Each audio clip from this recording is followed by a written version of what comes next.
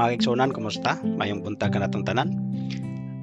Salamat sa Ginoo noon ini karon nga tagna nga niya kita karon makapadayno sab sa ato nga tuon sa ato nga pagpamalandong sa pulong sa Ginoo. Salamat no kay ang Ginoo sa kanunay nagahatag kanato og kadasig, nagapahinumdom ang Ginoo kanato ay labi na sa iyang mga plano kanato, di lang sa mga butang sa umabot kundi sa mga butang usab nga moabot kanato sa matag adlaw no. Og salamat sa Ginoo nga kanya nakita karon no sa chapter 21 sa Lucas no. So sa dili pa kita basa nini mga kaigsunan, moadto sa ako sa timbaya no sa tanan nato nga mga kaigsunan nga sunod nini nga mao nga programa nato, the Bible Gospel Hour no, sa ato mga kaigsunan diha sa Bohol, sa Cebu o sa tanan no nga mga kaigsunan nato nga sunod nini nga mao nga programa mayong buntag kaninyong tanan. So salamat no sa Ginoo sa inyong pag-ampo nga kini nga mao nga programa magpadayon gayud kay kini usa ka importante nga butang nga sa kanunay kita pamalandong no sa pulong sa Ginoo. Og dinhi sa Lucas 21 mga kaigsunan no. Ako lang basahon ang sa verse 36 og moadto kita sa pag-ampo og mga kita kaalam sa Ginoo. Ingon diri sa verse 36 sa Lucas 21 ingon dinhi, busa pagtukaw kamo og pag-ampo sa kanunay aron kamo pagaisipon nga tako sa pag-ikyas nining tanang mga butang nga mahitabo og sa pagtindog atubangan sa anak sa tawo. Mag-aampo ta. Kanimo amahan nga langitnon, Dios nga balaan Lord, nagapasalamat kami dako nini karong nga takna nga kami o Dios makapadayon sa amo karong Ginoo nga pamalandong Ginoo sa imo Ginoo nga balaan nga pulong. Salamat o Dios kay pinaagi ni Ginoo kami malig-unay sa matag usa kanamo aron Ginoo nga kami makapadayon Ginoo sa pagkabot sa amo o Dios nga mga tinguha sa pag-alagad namo diha kanimo o Dios. Nagampo Ginoo ikaw Ginoo panalangin sa matag usa sa tanan Ginoo nga mga nagasunod dinhi karon Ginoo nga programa Lord. Nagampo Ginoo sa kalig-on, nagampo ko Ginoo sa dugang kadasig Ginoo, kalipay Ginoo sa matag usa sa pagpangalagad diha kanimo. Pasiluha kami Ginoo sa mga kalapasan nga nimo simatubangan Lord ug himuha kami karon nga takos sa amo karon nga pagpamalandong. Dalaygon ka o Dios ulit katapusan kay kini tanan mong tugyang na pasalamatan sa ngalan ni Kristo Jesus ug sa pag-iya sa balaan nga espiritu. Amen. So mga kaigsunan no, nanata diri sa chapter 21. So kung lang tao tayo mga kaigsunan, nindot kayo no ang makita nato diri kay kini naghatag usab kanato sa pahinumdom no kanato. Labi na gayud mga kaigsunan nga ang kining chapter 21 is nagisgot kini magigsunan sa mga panghitabo sa dili pa mobalik ang atong manluluwas. So diri sa verse 1 paingon sa verse 4 no makita nato diri ang usa ka gitawag og usa ka babaye nga balo no, nga nagahatag dito sa templo. Ingon diri sa verse 1, og siya miyahat og nakakita sa adunahan nga mga tawo nga nagahulog sa ilang mga gasa ngadto sa panudlanan. Og siya nakakita usab sa usa ka kabus nga byuda nga nagahulog didto sa duha ka lipta. Og siya miingon, sa pagkatinuod ako mag-ingon nganha kaninyo nga kining kabus nga byuda nakahulog og mas labaw pa kay kanilang tanan. Kay tanan sila gikan sa ilang kadagaya naghulog ngadto sa mga halad sa Dios. Apan siya sa iyang hilabihan nga kakabus nakahulog sa tanan nga kinitaan nga iyang nabatunan.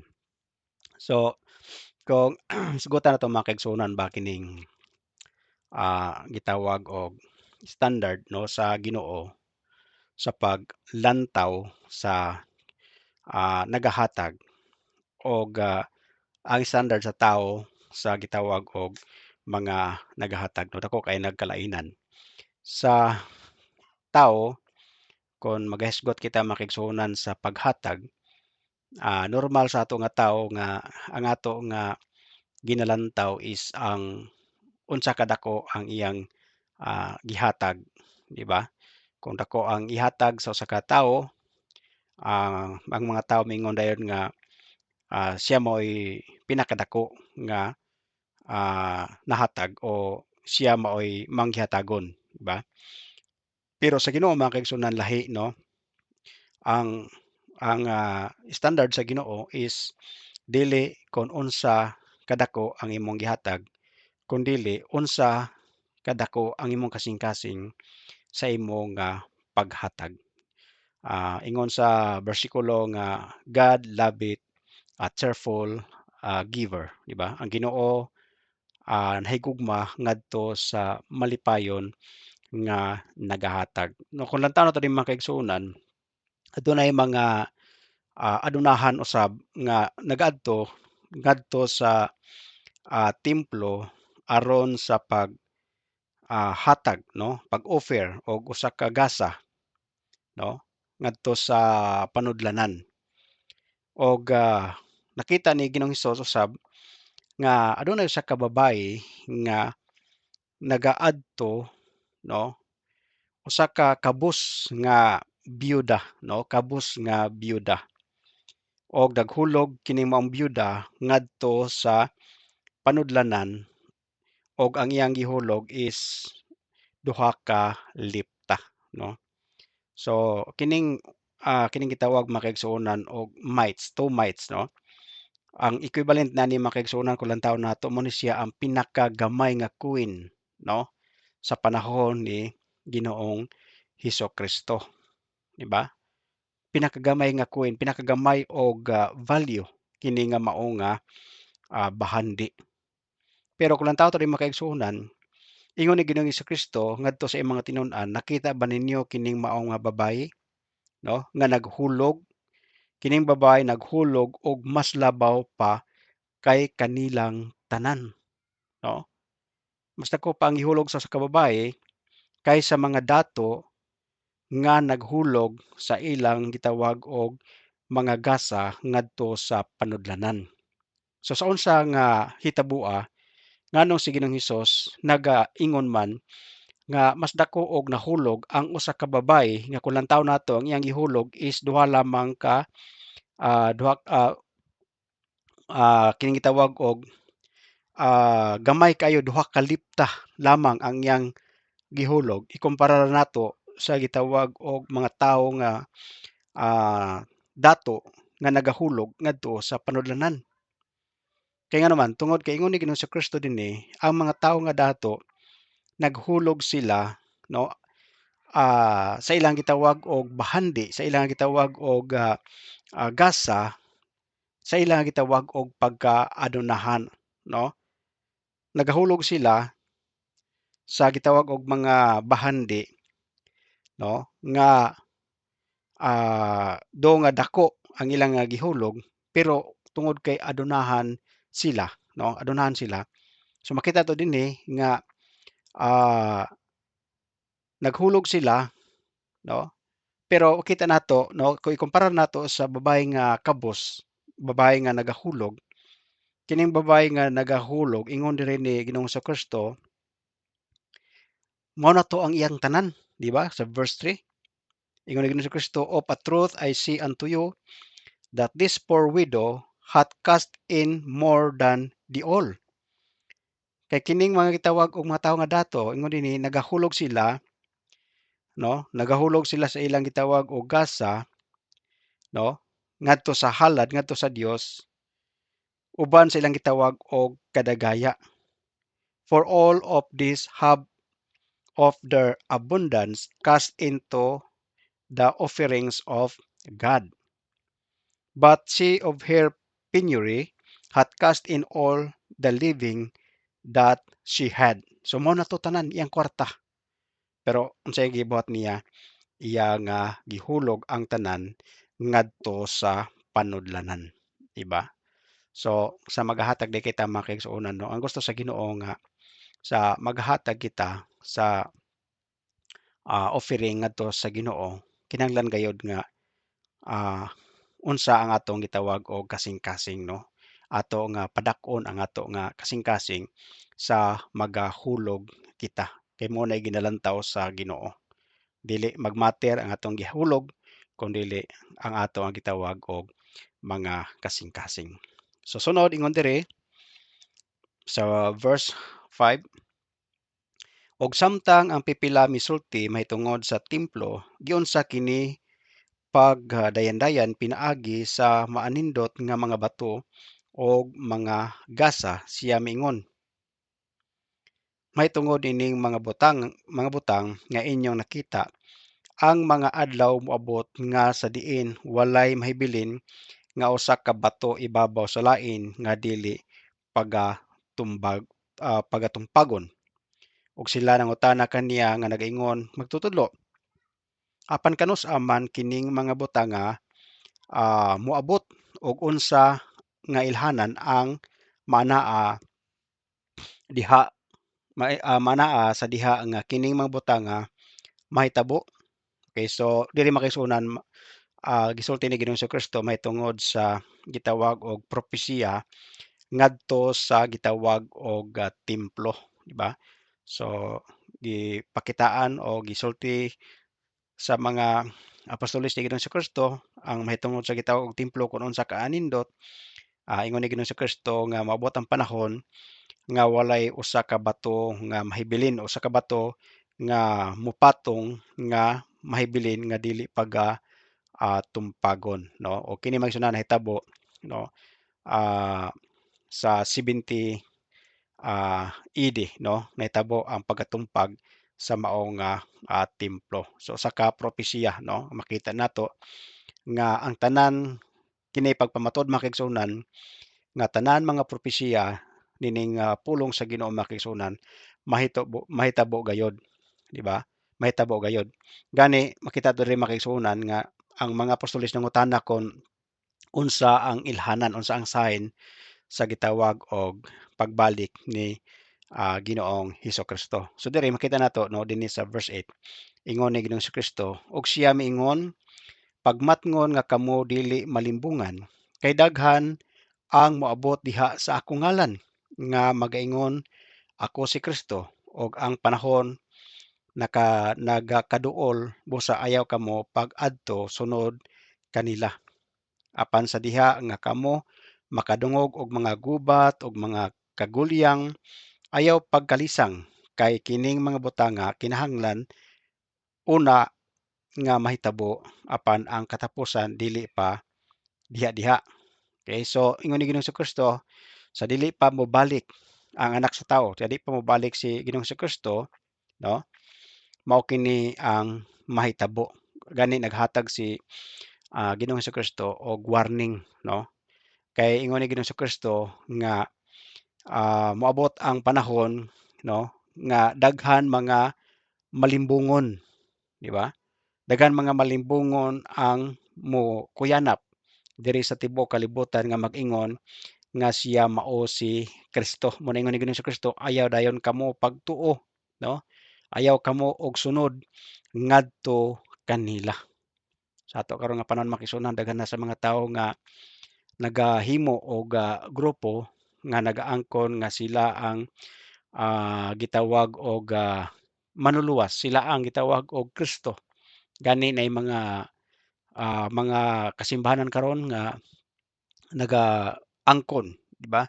Nga gawas sa ilang gitawag og relihiyon walay kaluwasan nga mag-abot ngadto sa mga tawo. So ang ilang gusto nga kinahanglan kita mopasakop sa ilang gitawag iglesia aron kita maluwas. Pero kung ang tawo nato sa pulong sa Ginoo, wala gayud maghisgot ang pulong sa Ginoo nga ang tawo maluwas pinaagi sa relihiyon, kundi nga ang tawo maluwas pinaagi sa pagtuo kang Ginoong Hesukristo. Kay nganuman ingon ni Ginoong Hesukristo siya ang dalan, siya ang kamatuoran, ug siya ang kinabuhi. Walay lain nga gihatag sa Ginoo. Walay makaadto sa amahan gawas kung pinaagi kang Ginoong Hesukristo. Dili pinaagi sa relihon, dili pinaagi ni bisan kinsa, kun dili pinaagi lamang kang Ginoong Hesukristo. Kasi Ginoong Hesukristo makaigsunan, siya ang gipadala sa Ginoo manluluwas, siya ang gipadala sa Ginoo aron kita mahibalik ngadto diha sa presensya sa Dios. So ingon diri sa pulong sa Ginoo, sa verse 9, apan sa diha nga kamo makadungog og mga gubat, no, og mga kagulyang ayaw pagkalisang kay kining mga butang kinahanglan una nga mahitabo apan ang katapusan dili pa diha-diha. So karon makaigsunan, daghan na kay karon sa ato, no, nadunggan sa atong palibot karon, mga gubat, nasod, batok nasod, no. Ah, Daghan na kay karon mga makita 'to makaigsunan nga usay makaingon ta nga ah, mao na gid ni ang ilhanan nga giingon ni Ginoong Kristo, di ba? Nga mahitabo sa dili pa siya mobalik. Ug tungod kay nahitabo ni kani magisunan, kita siguro gayod nga haduol na gayod ang pagbalik sa ato nga manluluwas, di ba? Gani ingon ni Apostol Pablo, naghatag og warning si Apostol Pablo ngadto sa kang Timoteo. No, kini mahitungod sa gitawag og mga kinayahan sa mga tao, no, ingon ni Apostol Pablo diya sa 2 Timothy chapter 3 verse 16 and verse 17. 2 Timothy chapter 3, no, kung lang taon na to diya verse 1 paingon sa verse 7, nagaingon diyang pulong sa Ginoo nga ah, kinahanglan nga maalamon, di ba? Muna tambag ni Paul ngadto kang Timothy ingon ni Apostol Pablo nga kinahanglan hibaluon mo kini, di ba? This know also that in the last days perilous time shall come, no, perilous time shall come, kaya naman tungod kay ang mga tao mahimo nang mahigugmaon sa kaugalingon. So kini makigsuonan kining gitawag og mga gubat, nasod, batok nasod, ang iya gayud nga iya nga gamot o ang iyang gitawag ba og pinakapunuan ini is kining gitawag og kinaiyahan sa tao, di ba? Lovers of their own selves, di ba? Lovers of their own selves. Muna nga ingon sa pulong sa Ginoo dinhi, dili kita malisang. Kaya naman tungod kay siguro naman kita, di ba? Wala na tay lain gikahadlokan. Wala na tay lain pa nga ikalisangan sa mga panghitabo nato karon. Kun dili malipay noon kita makigsunan tungod kay nga naman tungod kay dinhi nahibaw nato nga hapit na gayud mobalik si Ginoong Hesukristo. Lamang makigsunan kinahanglan gayud magtukaw kita, di ba? Mo natong ginabasa kaganina sa verse 36, kinahanglan nga magtukaw kita sa ato nga kinabuhi. Sa verse 10, unya mingon siya ngadto kanila, ang nasod makig-away batok sa nasod ug ang gingharian batok sa gingharian. Og makusog nga mga linog mahitabo sa nagkalain-lain nga mga dapit, no? Sa baguhay lang kita nato magsunan, linog dito sa Myanmar, no? Og sa tong usa ka nasod, di ba? Makita to makigsuonan, grabe ka kusog nga gitawag og linog. Sa Myanmar makigsuonan murag 7.7 o 7.8 ba kakusog nga gitawag og linog, no? Ingon dinhi linog sa nagkalain nga dapit. Ang linog karon magsunan sa matikdan nato magsunan, no, nga sagunson kaayo ang gitawag og mga linog karon nga panahon na. Siya ato lang dinhi sa Pilipinas, no, sagunson kaayo ang gitawag og mga linog nga mahitabo. Kaya nga naman naa na ni sa pulong sa Ginoo, di ba? Linog sa nagkalain nga mga dapit. Dayon kung naay linog, napod ingon dinhi mga kagutom, di ba? Kagutom. Diri sa ato nga sa Pilipinas makigsuonan, nitaas ang rate sa gitawag og kagutom tungod sa kamahal sa ato nga gitawag og mga palaliton, di ba? Pero kini ato nga gibati karong kagutom magsuonan, dili kini kakumparar sa uban nga nasod labi na sa gitawag og Africa, di ba? Dito may labihan kayo nga gitawag og gutom. So ingon ni pulong sa Ginoo nga moabot gayod ang panahon, ba moabot ang gitawag og mga kagutom. Dayon pagdagsang sa mga makamatayng sakit, makamatayng sakit. Karon makaigsuonan dili na kita makasiguro, di ba? Sa gitawag og mga balatian. So saan nato paningkamot nga kita makalikay nini nga gitawag og mga sakit, di ba? Bisan pa unsaon nato ka amping sa pagkaon, no? Pero kung lang tato makaigsuonan, no? Di lang sa pagkaon makuha ang gitawag og mga sakit. Pwede sa gitawag og hangin, no? Nga malanghap nato magkasakit kita, di ba? So makamatayng sakit nga moabot. Di ba kulang taon nato presko pa man sa ato nga mga una-una katong nahitabo sa gitawag og pandemic, pila ka milyon ka mga tawo ang nangamatay sa gitawag og pandemya, no? So ingon sa pulong sa Ginoo dili maigsuonan mo modagsang, di ba?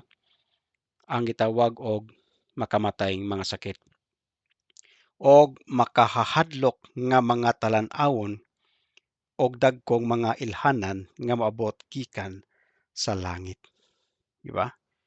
So naay mga talan-awon makaigsuonan nga makalilisang nga moabot. So amot lang kung naa na bay nakasinati nini nga gitawag og makalilisang nga talan-awon diha sa langit, di ba? So mabuot gid ka na maigsuonan kay nga naman tungod kay ah, nagaingon dinhi sa pulong sa Ginoo og ang mismo nag-ingon ani mao gayod si Ginoong Hesukristo. Sa verse 12, apan una nining tanan sila modakop kaninyo og mulutos kaninyo nga magatugyan kaninyo ngadto sa mga sinagoga og ngadto sa mga bilangguan nga pagdadon sa atubangan sa mga hari og mga punuan tungod og alang sa akong ngalan, di ba? So salamat sa Ginoo diri sa Pilipinas kay wala pa kita makasinati susama sa nasinati sa uban nga mga lugar, no? Nga dili open ang gitawag og gospel nga nakasinati sila sa gitawag og pagpangdakop, pagpanglutos ngadto kanila tungod sa ilang pagsunod ngadto kang Kristo, di ba? Muna nga salamat sa Ginoo makisunan og atong pahimuslan nga tungod kay ang atong nga nasod is open sa gitawag og gospel, no? Ato isangyaw ang pulong sa Ginoo ngadto kanila kay daghan mga tawo karon mga kalag nga nagkinahanglan sa kamatuoran sa kaluwasan nga gihatag sa Ginoo dinhi kanato. O kini mosangpot nganha kaninyo alang sa usa ka pagpamatuod. 14. Busa ibutang kini sa inyong mga kasing-kasing sa dili pagpamalandong daan unsa ang inyong itubag. Kay ako mohatag kaninyo og usa ka baba o kaalam nga ang tanan ninyong mga kaaway dili makahimo sa pagpakiglalis ni sa pagsupak. So grabe no ang saad sa Ginoo nga ayaw ka mogkadlok susama sa saad sa Ginoo ngadto kang Moses. No, usa sa mga reklamo ni Moses nga di sa kabulok ay musulti giyungit siya, no? Paningon sa Ginoo kinsa may nagbuhat sa baba di ay, di ba? Ako man ingon sa Dios, no? So ang atong baba ato ning gamiton alang sa pagpamatuod, no? Sa pulong sa Dios. Dili kita mahadlok kay nga naman tungod kay ang Ginoo mismo magbutang sa iyang pulong diri sa atong mga baba. Ingon diri, o kamo pagabudhian sa inyong mga ginikanan o kamo pagabudhian sa inyong mga ginikanan og mga igsuon og mga kabanay og mga higala og pipila kaninyo ilang ipapatay. Tinuod kini makisunan, di ba? Daghan sa mga Kristohanon nga nakasinati ani nga daghan sa ilang kabanay nga gusto mo patay ngadto kanila kay nga naman tungod kay nibiya, no? Nibiya sila diha sa gitawag og tradisyon sa ilang gitawag og mga ginikanan. og nidangop ngadto sa Ginoo, no. So mao na ang mahitabo mga kaigsuonan, no. Usa kini ka warning ni Ginoong Hesukristo. Og kamo pagadumtan sa tanang mga tawo tungod og alang sa akong ngalan, di ba?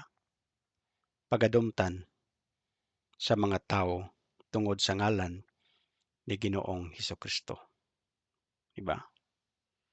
So mga kaigsuonan, bisan pag tanang tawo magdumot kanato, di lang kita dumtan sa Dios, di ba? Di nato ikaulaw si Kristo mga kaigsuonan. Kaya nga naman tungod kay si Kristo mao'y nagluwas kanato. Di nato siya ikaulaw mga kaigsuonan ngadto sa mga tawo. Saad sa Ginoo sa verse 18, no, walay usa ka buhok sa inyong ulo nga mawala. So unsa man ibot pasabot tayo mga kaigsuonan nga dili na mahulog ang atong mga buhok, di ba? Sa may ibot pasabot ani mga kaigsuonan, kini pagpasiguro mga kaigsuonan nga walay mahitabo dinhi kanato, di ba? Walay mahitabo dinhi kanato kay nga naman tungod kay ang Dios mismo maoy magapanalipod kanato.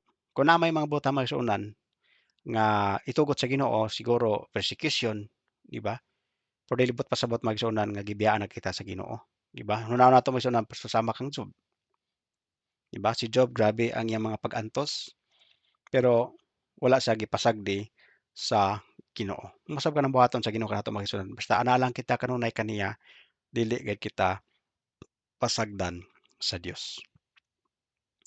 Ingon diri sa verse 19, sa inyong paylob kupti ninyo ang inyong mga kalag, di ba? Kupti ninyo ang inyong mga kalag. So kinahanglan magsuunan nga dili nato ihatag ang atong mga kalag, mga kinabuhi ngadto sa kalibutanon o dili nato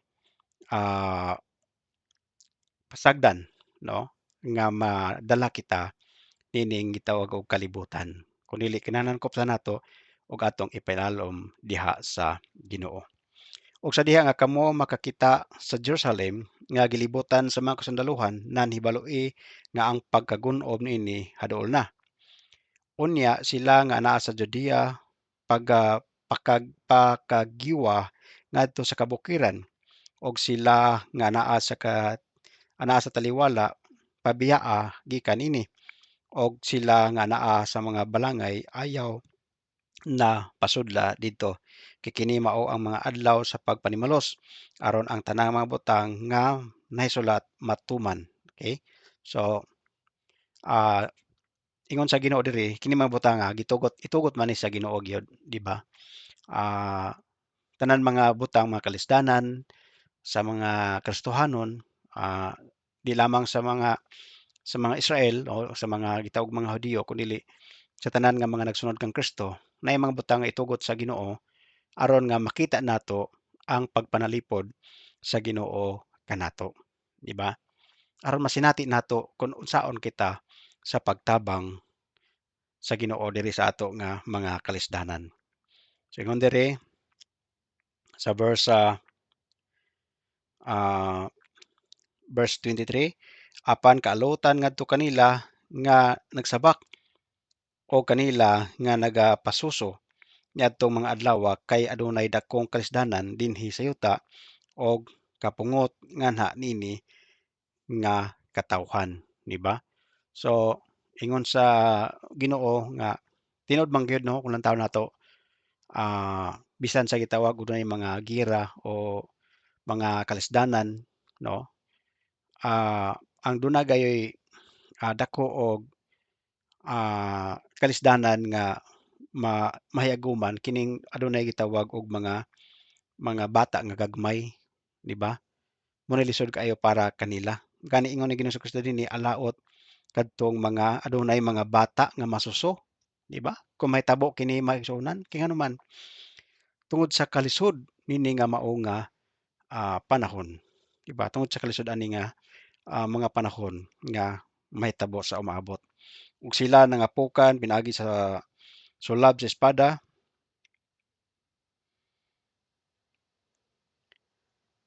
og pagadad-on nga binihag ngadto sa tanang mga nasod og ang Jerusalem tunob-tunoban sa mga hintil hangtod ang mga panahon sa mga hintil matuman. Okay?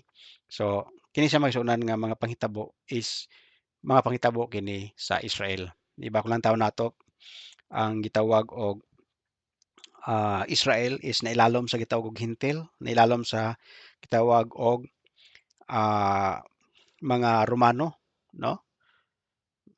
So makita to makigsuonan nga even karon sa gitawag og Israel, pila ka nasod ang nagdumot, halos tanan mga nasod nagdumot sa gitawag og Israel. Kaya nga naman, ingon ni Ginoong sa Kristo daan, di ba ingon niya, kamo pagadumtan tungod sa akong ngalan. Di ba? Pagadumtan tungod sa akong ngalan. So, mo kana masunan ang mahitabo sa gitawag og Jerusalem.